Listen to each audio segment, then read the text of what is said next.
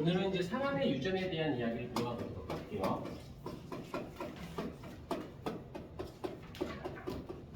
여기서 보게 되면 사람의 유전 연구가 어려운 까닭이라고 처음에 나와 있죠? 나와 있지? 뭐 읽어보시면 돼요. 이거 갖고 문제를 물어보거나 한 세대가 길다, 자손의 수가 적다, 이미 교배가 불가능하다, 형질이 복잡하고 유전자의 수가 많다, 형질 발현의 환경 영향을 많이 받는다라고 되어 있는데 뭘 신경 쓰지 않으셔도 되고요. 그 다음에 가계도 조사라고 되어 있는데 이건 약속이니까 남자인 경우는 박스를 치고 여자인 경우는 동글뱅이를 친다라는 거 정도는 뭐 신경 쓸 건 없을 것 같고요. 그 다음에 쌍둥이 연구는 이란성 쌍생아, 일란성 쌍생아라는 말이 나오는 것 정도는 아니까 여기 가지고 고민을 하지 말도록 하십시다. 그냥 넘기고 그 다음에 것을 보게 되면 이제 집단조사라고 되어 있는데 뭐 이걸 가지고 뭐 신경 쓰지 않으셔도 되고 그 다음에 여러 가계를 포함한 집단에서 유전 형질을 나타내는 빈도를 조사하고 자료를 통한 처리하는데 자 멘델의 법칙에 따른 유전 현상 보여요? 거기서 이제 멘델의 법칙 우리가 얼마 전에 했었지 저번 시간에 멘델의 유전에서 보시게 되면 뭐 복습 차원으로 한번 우열의 원리가 있고요. 그 다음에 분리의 법칙이 있고 그 다음에 독립의 법칙이 이렇게 되어져 있고 여기서 이제 끝나지 말고 이걸 이어가서 누구를 계속 나와야 줘야 돼. 여기서는 중간 유전이라고 하는 개념 중간 유전이라는 개념 그 다음에 연관에서는 알겠지만 두 가지가 있죠. 상인 연관하고 그 다음에 상관 연관이 있다라는 거 정도 한번 다시 한번 꼭 복습 한번 하다가 내가 문제를 풀다 보면 이 사람의 유전 때문에 여기 문제가 막히는 것인지 아니면 멘델의 유전에서 막히는 것인지는 조금 차별적으로 분석을 해주면서 가줬으면 좋겠어요. 자, 그 다음에 그냥 가볍게 그다음에 사람의 상염색체에 의한 유전이라고 되어져 있는데 먼저 상염색체 좀 교과서에 충실하게 진도를 좀 나가보도록 할게요. 상염색체에 의한 유전 같은 경우는 여기서 일단 밑줄 그어줄까? 대립 유전자가 두 가지인 경우 첫 번째 대립 유전자가 어떻게 돼 있어? 두 가지인 경우 그림으로 확인할 수 있는데 일단 여기서 전제 왜 없어? 자 여기서 보게 되면 일단 알겠지만 이 대립 유전자라는 말이 나오려면 반드시 누가 나와 주셔야 되냐면 쌍둥이염색체라고 하는 아이가 먼저 나와 주셔야겠죠. 쌍둥이염색체가 먼저 턱하니 나와주고 그림을 그려서 쌍둥이염색체가 있으면 여기선 같은 위치라는 단어도 꼭 같이 들어가 주셔야 돼요. 플러스 같은 위치. 여기서 말하는 이 같은 위치라는 말의 의미는 무엇을 담고 있는 것이냐면 한형질이라는 말을 담고 있는 거고 여기에 라지 A, 스몰 a가 있다라면 여기에서 이제 같은 위치에서 한형질을 결정하는 아이가 몇 가지다? 두 가지인 경우 다시 상동염색체에서 같은 위치에 있는 요 맞대응하고 있는 이 두 아이 요게 되는 거죠. 요것을 우리는 이제 단일인자 유전, 유전이라고 해서 일단 상동염색체의 같은 위치에 이렇게 해서 단일 하나의 인자가 요 세트가 어떻게 세트가 한 개로 구성이 되어져 있어야지만 우리는 단일인자 유전이라는 말을 씁니다. 그래서 얘 같은 경우는 너무나도 많이 나오는 거기 때문에 너무 많이 나오는 거기 때문에 여기서는 이게 그대로 어떻게 돼? 이 멘델의 유전 법칙이 이렇게 그냥 다이렉트로 와버립니다. 그래서 오기 때문에 꼭 단일인자 유전은 멘델의 유전으로 접근을 해주시면 된다라는 거고 자 이제 교재를 보시게 되면은 형질 결정 대립 유전자가 두 가지인 경우에서 하나의 유전 형질이 밑줄 하나의 유전 형질이 발현 밑줄 없어? 상염색체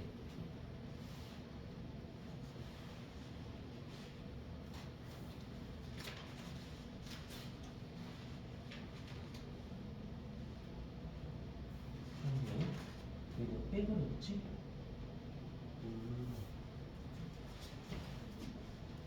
잠깐만, 없을 리가 없는데. 하나의 유지. 야, 자, 왜 나 헷갈리게 만들어? 예일요고 오해빈. 사람 당황시키고 있어. 순간 하나의 유전형질의 발현. 여기서 한 형질, 하나의 유전형질의 발현에는 동그라미 한 쌍의 동그라미 한 쌍의 대립 유전자, 한 쌍의 대립 유전자, 한 형질을 결정할 때는 하나가 결정을 한대요. 그랬을 때 우리는 여기서 이제 맨델의 유전 밑줄, 맨델의 법칙에 따른다 라는 말, 맨델의 분리의 법칙에 따른다 라는 거. 근데 여기서 우리 이제 분리의 법칙이 이제 맨델이라고 생각하시면 안 돼요. 얘가 굉장히 중요한 의미가 하나 있습니다. 의미가 무엇이냐면 얘를 통해서 우리가 주는 의미는 바로 얘가 우열 관계를 확인할 수 있는 결정적인 역할을 해줘요. 그래서 어떻게 일단 간단히 보면 분리의 법칙의 전제 조건은 무엇이었냐면 잡종인 상태에서 자가수분을 하게 되어지는데 여기서 이제 일단 암수가 빨리 들어와야지. 이렇게 늦는하게 들어와 촬영 중에. 자, 이렇게 되어져 있는데 여기서 이제 자손이 이렇게 나오게 될 거예요. 자손이 나오는데 여기서 뭐 남자아이가 나오고 여자아이가 나오고 남자아이가 나왔다라고 치자. 여기에서 일단 신경을 써야 되는 부분이 이제 사람의 유전 쪽에서 신경을 써야 되는 부분이 무엇이냐면 이 맨델의 유전에 적용이 되지 않는 것이 있어요. 적용이 되지 않는 것. 그게 누구냐면 그 유명한 성염색체에서 뒤에 가서 다시 한번 정리하겠지만 성염색체에서 남성인 경우에는 맨델의 유전 법칙에 적용되지가 않습니다. 이유는 알겠지만 남성에는 어떻게 돼 있어? XY로 되어 있지. 얘네들은 상동염색체라고 얘기할 수가 없어요. 상동염색체가 아닙니다. 얘가 상동염색체라고 하는 조건에서 스타트를 끊어야 돼요. 그렇다면 여기서 이 맨델의 유전 법칙에 적용이 되는 아이가 누구냐라고 한다면 일단 상염색체하고 여성의 성이 경우 이 두 가지만 적용이 된다는 걸 생각을 해주셔야 됩니다. 얘 때문에 경우의 수가 생기는 게 일단 맨델의 유전 법칙으로 풀어. 근데 그게 안 돼. 적용이 안 돼. 그럼 누구여야 된다는 소리야? 아, 남자의 성염색체 쪽이겠구나 라고 할 수도 있고 이제 뒤에 이제 돌연변이 때문에 그럴 수도 있는 것이고 그래서 경우의 수가 나온다라는 걸 잡아주면 되는데 얘네들이 보게 되면 여기서 유전병이 있고 그 다음에 정상인이 있다라고 칠게요. 그래서 여기서 그 다음에 여기서 얘가 라지 R 그 다음에 스몰 R인데 얘가 우성이다라고 칠게요. 라고 했었을 때 여기서 우열 관계를 어떻게 따져볼 수 있냐면 가계도에서 얘가 정상이야. 그 다음에 부모들이 모두 다 정상. 그런데 얘가 정상이 나왔고 그 다음에 얘도 정상이 나왔고 여기서 유전병 환자가 나왔어요. 이렇게 나왔을 때 보통 색깔칠로 되어져 있는데 이렇게 나왔을 경우 어떤 거냐면 해석하는 거야. 부모에게 어떤 형질이 있어요. 그 형질이 어떻게 돼? 자손에게 발현이 되어진다라고 하자. 부모는 둘 다 정상인데 자손에서 유전병이 태어났다라고 생각을 해보십시다. 그러면 부모는 없었잖아, 유전병이. 근데 자손에게 나타났단 말이야. 그러면 이걸 보고 잘 봐. 이거를 그대로 분리 법칙이다라고 생각해 볼게요.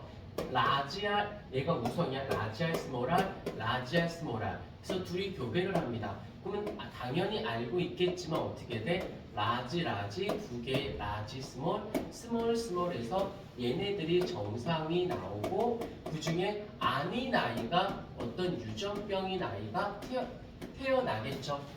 그러면 이걸 보고 얘가 지금 뭐라고 돼 있어? 정상이라고 되어 있고 얘네가 정상이라고 되어 있으니 요 스몰 r끼리 됐을 때 얘가 누구다? 열성이고 정상이 우성이 되는구나. 그 다음에 정상이 우성임을 우리가 알 수가 있는 것이지 분리의 법칙으로.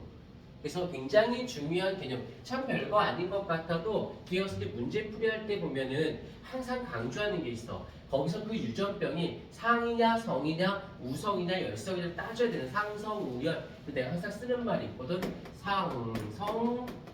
상성우열이라는 말을 굉장히 많이 쓰는데 그 유전병이 상염색체에 의한 유전인지 성염색체에 의한 유전인지 그 유전병이 우성으로 작용을 하는 것인지 열성으로 작용하는 것인지를 반드시 요 아이를 유전병 일단 먼저 결론 먼저 하고 다시 문제를 통해서 정리할게. 이 유전병이 상성우열 이 관계를 무조건 따져 주셔야 돼요. 여기까지만 되잖아. 이 유전병이 상성우열만 되어주면 정말 거짓말 안 하고 문제에서 거의 70%는 다가 같다라고 출발하는 거야. 문제도 풀기도 전에 접근을 했다라고 할 정도로 거의 장담하는데 보기, 기억, 니은, 디귿 중에서 100% 최소 하나는 상성 우열 관계를 따져요. 그러면 하나는 먼저 알고 출발을 해버린 거지. 그거 가지고 문제를 접근했을 때 굉장히 방향성 있게 문제가 풀린다라는 거 잊지 않도록 하고, 요건 증명해야 돼. 그냥 알 수만 있는 게 아니라 증명을 해줘야 되는 거. 그래서 분리의 법칙이 주는 메시지는 의미는 무엇이다? 바로 우열관계. 그래서 부모는 정상인데 부모가 정상인데 부모에게 없던 예가 나왔다면 여기 부모에게 없던 것이 나타났다면 걔가 누가 된다? 열성이다 라는 거를 확인해 줄 수 있다는 것이지. 여기서 주는 메시지는 그게 제일 중요한 메시지가 돼요. 일단 잘 좀 거기다가 정리 좀 해 주실까요?